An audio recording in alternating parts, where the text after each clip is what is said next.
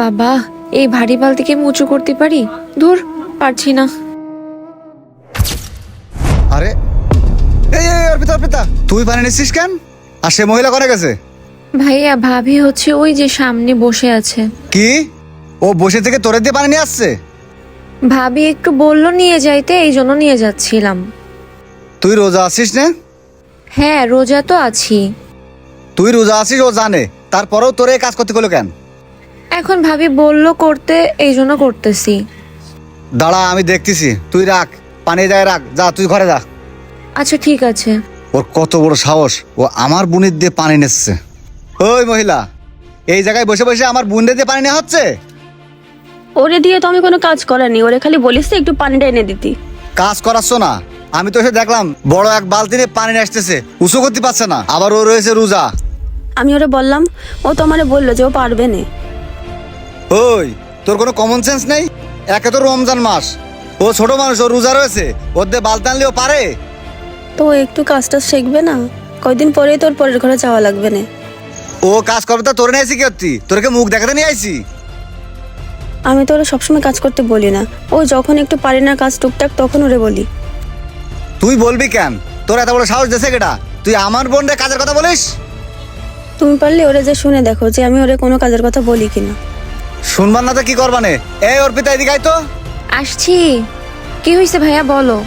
এদিকে আয়, সামনে আয়। তোরে বলে তোর ভাবি নাকি কাজের কথা বলে না? আমারে বসে থাকলে দেখলে তো তার আবার গা জ্বলে, তাই এখানে আমি আর কি বলবো। অর্পিতা, তুমি এ কেমন কথা বললে? তোমার বসে থাকতে দেখলে আমার কেন গা জ্বলবে? সেটা আমি বুঝি, আপনার এত কিছু বলতে হবে না। আমি বসে থাকলে দেখলেই তো আপনার অনেক কাজের কথা মনে পড়ে যায়। অর্পিতা, তুমি এরকম মিথ্যা কথা বলবা না, সারাদিন তো বাড়ির কাজ আমিই করি। দেখছো ভাইয়া, তোমার সামনে আমারে কিভাবে বলতেছে। এই ওরে আল্লাহ গো। তোর এত বড় সাহস এই দেশে অপু, কেটা? থাম থাম, কি আরে করছিস তুই ছাড়। ভাবি গায়ে হাত দিছিস কেন? আরে সোহেল, এ একটা বেয়াদব মহিলা, এ মুখে মুখে তর্ক করে। কেন, কি করলো? আরে আমার বোনটা রোজা রয়েছে, ও ওরে দিয়ে কাজ করাচ্ছে, তাহলে কিরম লাগে বল?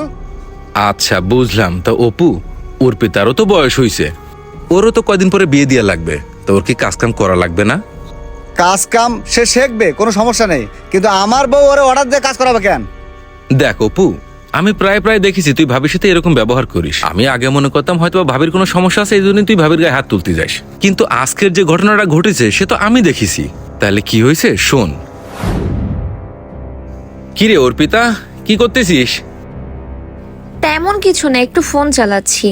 কিরে, রোজা নেই তুই? হ্যাঁ, রোজা তো আছি, কি করব, সময় কাটছে না, এই জন্য একটু ফোন চালাচ্ছিলাম। অর্পিতা, আমার মাথার মধ্যে না কেমন একটা ঘুরতেছে, তুমি গরুর একটু পানিটা দিয়ে আসো না। আমি এখন পারবো না, আপনি দেখতে পাচ্ছেন না আমি ফোন চালাচ্ছি। অর্পিতা, আমি দাঁড়াতে পারতেছি না, তুমি একটু যাও না, খুব অসুস্থ লাগতেছে। এ অর্পিতা, ভাবি বলতেছে না ভাবির অসুস্থ লাগতেছে, যা না তুই এক বালতি পানি তো দিতে কইছে তোরে গরুরে, যা দিয়ে আয়। ধ্যার মিজাজটা ভালো লাগে না এই সবার, শুধু কাজ করবো। ভাবি আপনি চেয়ারে বসেন, রোজা রেখে কাজ কাম করতেছেন, বসেন, আপনি বসে একটু রেস্ট নেন। হ্যাঁ ভাই। ভাবি, আপনাকে পলকাটা বডিটা কোন জায়গায়? ওই যে ভাই, ওইখানে রাখার ও আছে। ওই জায়গায় আচ্ছা ভাবি, আমি তাহলে একটু নিয়ে গেলাম ওইটা। আচ্ছা ভাই, যান। সবই তো শুনলি অপু, ভাবি কিন্তু সে রোজা রেখে সংসারের সমস্ত টুকিটাকি কাজ যা আছে সবই কিন্তু করে।